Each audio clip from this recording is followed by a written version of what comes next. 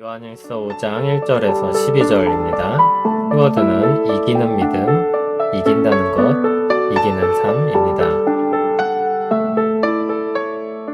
예수께서 그리스도이심을 믿는 자마다 하나님께로부터 난 자니 또한 낳으신 이를 사랑하는 자마다 그에게서 난 자를 사랑하느니라.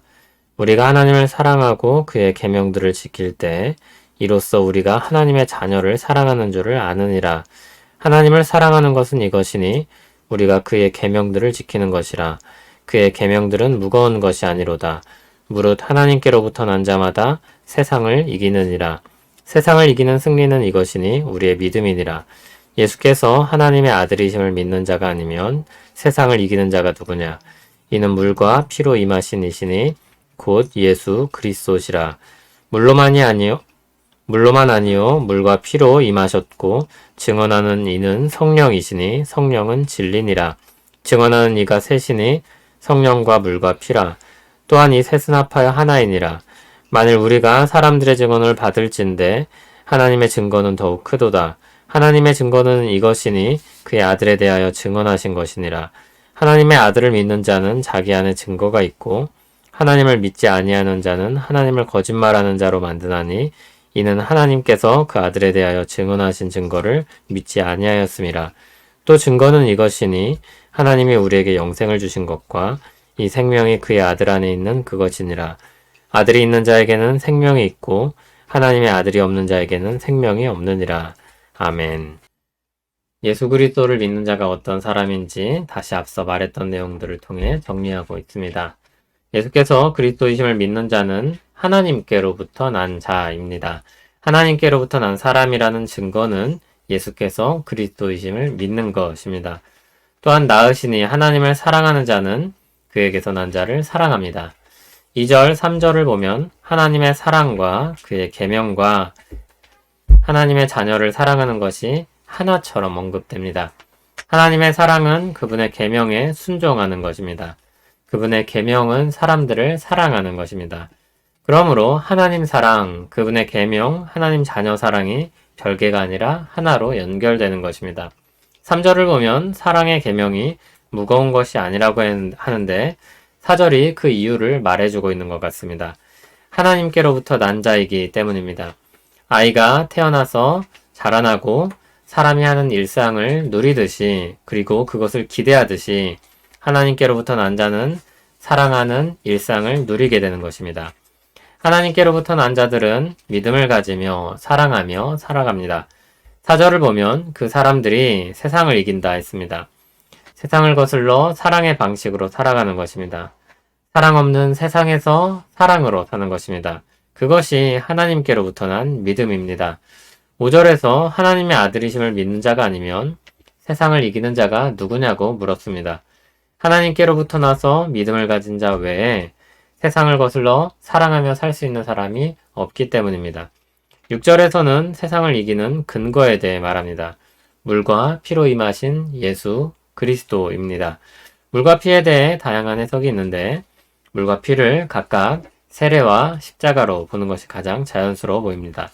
물로 세례를 받으시고 피 흘려 십자가에서 죽으셨습니다. 그리스도께서 육체로 오셔서 한 사람으로 세례를 받으시고 한 사람으로 피 흘려 죽으십니다. 그것을 성령께서 증언하십니다. 성령은 진리라고 덧붙여서 그 증언이 참되다는 것을 보여줍니다. 이렇게 셋, 성령, 물, 피는 한 번이신 그리스도에 대한 증거입니다. 사람에게 증언을 받고 그것을 신뢰한다면 하나님의 증거는 더 크다고 말하지 않을 수 없습니다. 그 증거들은 하나님의 아들이신 그리스도를 향하고 있습니다.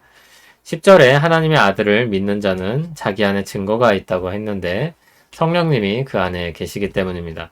성령 하나님께서 그리스도를 증거한다면 그 증거를 거부하고 믿지 아니하는 자는 하나님이 거짓말한다고 주장하는 셈이 됩니다. 11절, 12절에는 또 다른 증거에 대해 말합니다. 믿는 자 안에 있는 영생입니다. 그 생명은 그의 아들 안에 있는 것입니다. 믿는 자는 그리스도 안에서 그 생명을 소유합니다. 당연히 하나님의 아들이 없는 자에겐 그 생명이 없습니다. 다시 정리해 보겠습니다. 1절에서 5절은 그리스도를 믿는 자들은 하나님께로부터 나서 사랑하며 산다고 했습니다. 그 사람들이 세상을 이기고 사랑합니다. 그들의 승리는 그리스도 안에 있는 생명으로부터 옵니다. 사도 요한에겐 이를 위한 증거들이 많습니다.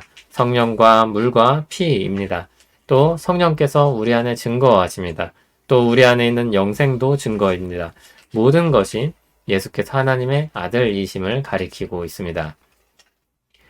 하나님이 주신 생명은 세상을 이깁니다. 그 생명은 그리스도 안에서 주어집니다. 성령님께서 우리로 하여금 그리스도 안에 있도록 믿음을 주십니다. 하나님께로부터 난 자인 우리는 믿음으로 세상을 이깁니다. 세상을 어떻게 이깁니까? 무력으로 정복하는 것입니까? 아닙니다. 지력으로 헤게모니를 쥐는 것입니까? 아닙니다. 세력을 키워 지배하는 것입니까? 아닙니다. 가장 큰 영향력을 미치는 것입니까? 그것도 아닙니다. 사랑하는 것입니다.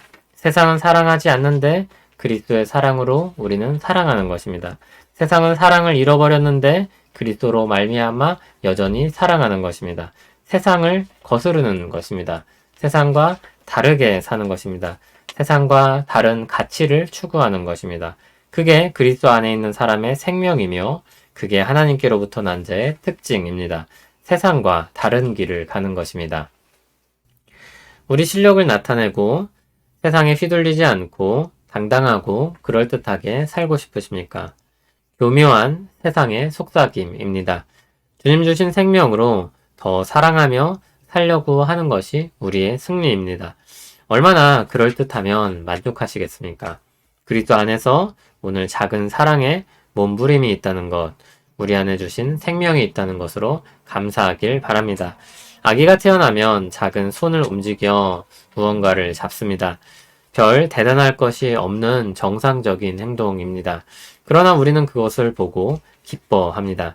살아 숨쉬고 생명의 활동을 하는 것을 보고 기뻐하고 감사합니다. 만족할 만한 사랑을 할 때 기뻐하려고 하지 마십시오. 그날은 오지 않을 것입니다. 주님이 다시 오실 때에야 그것을 경험할 수 있을 것입니다. 아기가 작은 손을 내밀어 부모의 손가락을 잡는 그것과 같이 생명을 가진 자로서 작은 사랑을 할 때 기뻐하고 감사하길 바랍니다. 내가 얼마만큼의 사랑을 했는지 계량하려는 순간 우리는 기쁨과 감사를 잃어버릴 것입니다. 요한은 이기라고 하지 않고 이긴다고 말합니다. 그리스도 안에 있는 생명에 대한 확신을 가지고 그는 믿는 자들이 세상을 이긴다고 말합니다. 주 안에서 이기는 사랑이 우리 삶의 풍성이 경험되길 소원합니다. 우리에게 주신 생명으로 사랑의 몸부림을 치며 더욱 사랑하길 사모하십시오. 그러면 매일 기쁨과 감사가 있을 것입니다. 2022년 마지막 주를 시작합니다. 주를 향한 우리의 진심과 연약함을 주께서 아십니다. 우리를 사랑하시는 주님, 또 한 주를 돌보아 주시고 주 안에서 사랑하며 살기 원합니다. 주님 주신 사랑의 교제가 깊어지고 넓어지게 하옵소서. 예수님 이름으로 기도합니다. 아멘.